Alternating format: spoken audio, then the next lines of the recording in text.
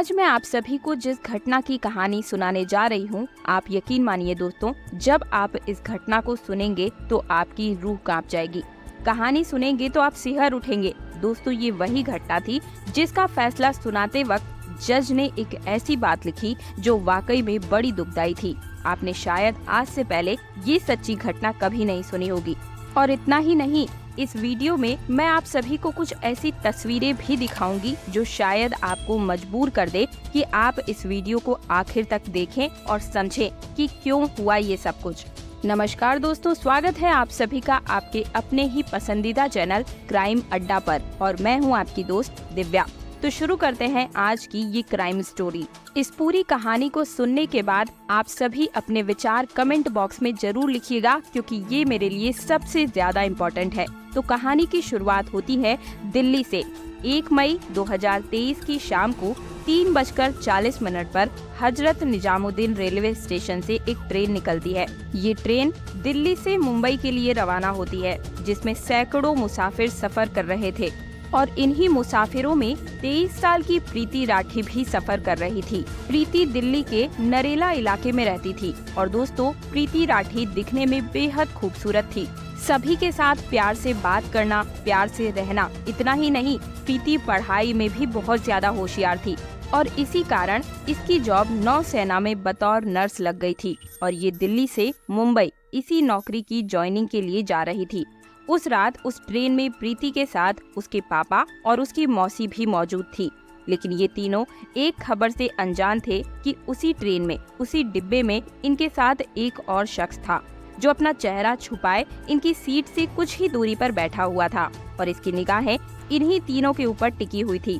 उसने अपना चेहरा इसलिए छुपा रखा था कि कहीं उसको पहचान न जाए और कहीं वो पकड़ा न जाए, लेकिन काश कि वो पकड़ा जाता तो इतना बड़ा दिल दहलाने वाला कांड ना हो पाता। रात के समय प्रीति उस डिब्बे में 2 से 3 बार बाथरूम जाती है और वो शख्स अपना चेहरा ढके हुए प्रीति को देख रहा था। ट्रेन में भीड़ बहुत ज्यादा थी और इसी वजह से उस शख्स की हिम्मत नहीं हो पा रही थी कुछ करने की। तभी दोस्तों, पूरी रात ट्रेन चलने के बाद सुबह तकरीबन 8 बजे ट्रेन मुंबई के बांद्रा रेलवे स्टेशन पर पहुंच जाती है और दोस्तों, प्रीति बेहद खुश थी क्योंकि वो पहली बार मुंबई में कदम रखने जा रही थी। लेकिन उस मासूम प्रीति को कहाँ पता था कि उसके साथ इतना भयानक हादसा होने वाला है। अब ट्रेन बांद्रा रेलवे स्टेशन पर रुकी हुई थी और सभी लोग अपना अपना सामान लेकर नीचे उतर रहे थे और प्रीति, उसके पापा और मौसी भी अपना सामान उठाकर नीचे उतरने की तैयारी करने लगे और भीड़ के साथ ही ये ट्रेन के गेट के पास आकर खड़े हो जाते हैं। प्रीति के पापा और मौसी रेलवे स्टेशन पर उतर जाते हैं और पीछे से प्रीति भी उतर जाती है। प्लेटफॉर्म पर प्रीति अपने पापा और मौसी से कुछ कदम पीछे चल रही थी और नई जगह को देखने में बहुत खुश थी। उसने अपनी आंखों में अपने कैरियर को लेकर बड़े बड़े सपने संजोए हुए थे और ये जॉब लग पाना भी उसके लिए बहुत ही बड़ा सपना साकार होने जैसा था, जो अपनी मेहनत के बलबूते पर उसने पूरा किया था। अब प्रीति रेलवे स्टेशन पर आगे बढ़ रही थी तो उसे एहसास होता है कि वो अपने पापा और मौसी से बहुत पीछे रह गई थी।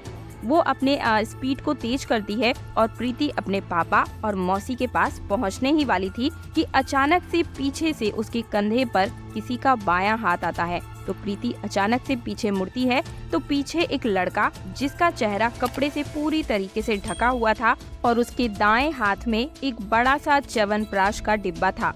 प्रीति कुछ समझ पाती इससे पहले वो लड़का तुरंत उस डिब्बे में से पानी जैसी चीज को प्रीति के ऊपर फेंक देता है, जिससे वो चीज प्रीति के चेहरे और गर्दन के साथ ही जिस्म के ऊपर पूरी तरीके से फैल जाती है और उसके कुछ छींटे पास में चल रहे पैसेंजर और सामने खड़े हुए पापा और मौसी के ऊपर भी गिर जाते हैं और ये सब कुछ ही सेकंड के अंदर हो जाता है। इसके बाद वो पानी जैसी चीज प्रीति के चेहरे, गर्दन और उसके जिस्म पर इस तरीके से फैल जाती है कि कुछ सेकंड के भीतर ही प्रीति को इतनी जोरदार जलन होती है कि वो चीख पड़ती है। उसकी आंखें जलने लगती है और जिन लोगों के ऊपर वो छींटे पड़े थे उनको भी तेज जलन होने लगती है।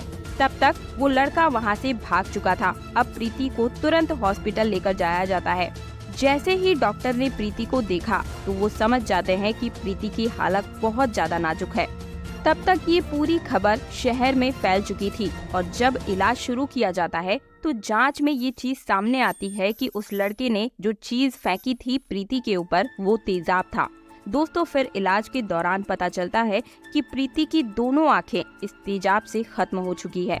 प्रीति का पूरा चेहरा, उसकी गर्दन कुछ इस तरीके से जल चुका था कि उसे देखा भी नहीं जा सकता था। लेकिन प्रीति को इस बारे में कुछ भी पता नहीं था। उसके चेहरे और उसके शरीर के साथ ऐसा क्या हो गया है। बार बार वो डॉक्टर से पूछ रही थी कि मुझे ऐसा क्या हुआ है, मेरी आंखें खुल क्यों नहीं पा रही है डॉक्टर। और डॉक्टर्स उसे दिलासा दे रहे थे कि कुछ नहीं हुआ प्रीति, तुम जल्दी ही ठीक हो जाओगी।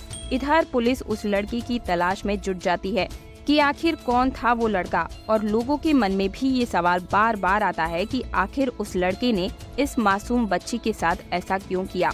जब सच्चाई सबके सामने आई तो इस सच्चाई ने लोगों के रोंगटे खड़े कर दिए। कारण जानकर आप भी हैरान हो जाएंगे दोस्तों। इसके बाद हॉस्पिटल में प्रीति से पूछा जाता है कि आखिर ये लड़का कौन था। प्रीति लड़खड़ाती सी आवाज में कहती है कि वो उसे सही से देख भी नहीं पाई थी कि कौन है वो लड़का। इसके बाद प्रीति की तबीयत और भी ज्यादा खराब होने लगती है। वो दर्द से तड़प रही थी। उसके अंदरूनी जो अंग होते हैं वो पूरी तरीके से डैमेज हो चुके थे, धीरे धीरे काम करना बंद कर रहे थे। इसके बाद प्रीति को मुंबई में 3 अलग अलग हॉस्पिटल ले जाया जाता है और ये खबर आग की तरह अखबारों और मीडिया में फैल चुकी थी। और अब प्रीति को भी एहसास हो गया था कि उसके साथ क्या हुआ था। लेकिन अभी भी उसे ये नहीं पता था कि वो दिख कैसी रही है, उसके चेहरे और जिस्म का क्या हाल हो चुका है। प्रीति बस बार बार एक ही बात कहे जा रही थी कि आखिर मैंने किसी का क्या बिगाड़ा था। और एक दिन जब प्रीति से बिल्कुल भी बोला नहीं जा रहा था, उसने अपने पापा से इशारों में कागज पेन मांगा।